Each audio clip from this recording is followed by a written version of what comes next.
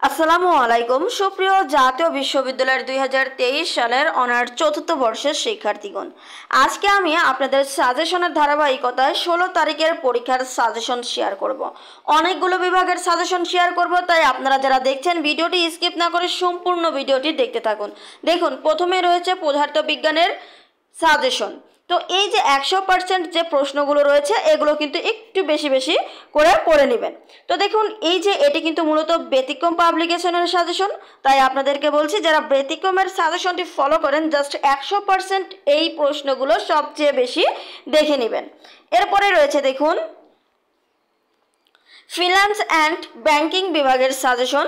তো আপনারা যারা ফিন্যান্স অ্যান্ড ব্যাংকিং বিভাগের শিক্ষার্থী রয়েছেন তারা অবশ্যই 100% এই সাজেশনটি সবচেয়ে ভালো করে পড়বেন, বারবার পড়বেন।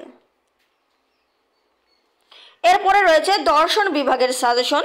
দেখুন, এই যে দর্শন বিভাগের সাজেশন এগুলো কিন্তু আপনারা খুব সুন্দর করে পড়বেন। আপনাদের যার যার যে বিভাগের শিক্ষার্থী রয়েছেন সেগুলো একটু কষ্ট করে স্ক্রিনশট দিয়ে নেবেন। এরপরে দেখুন ইতিহাস বিভাগের সাজেশন রয়েছে।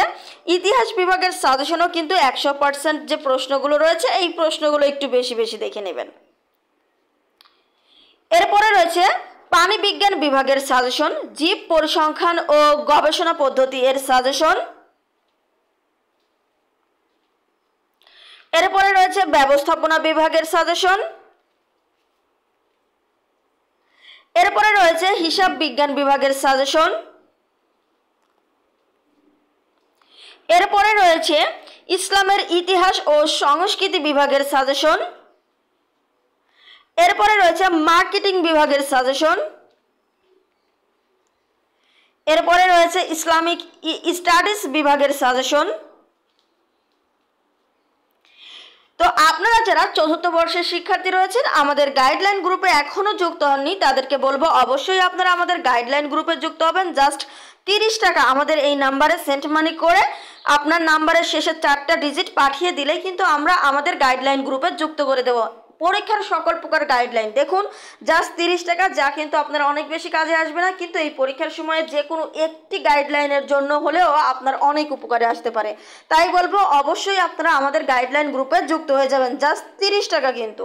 তো যাই হোক, আপনারা এই সাজেশনগুলো একটু কষ্ট করে স্ক্রিনশট দিয়ে নেবেন এবং স্ক্রিনশট দিয়ে এই সাজেশনটি পড়া শুরু করে দেন।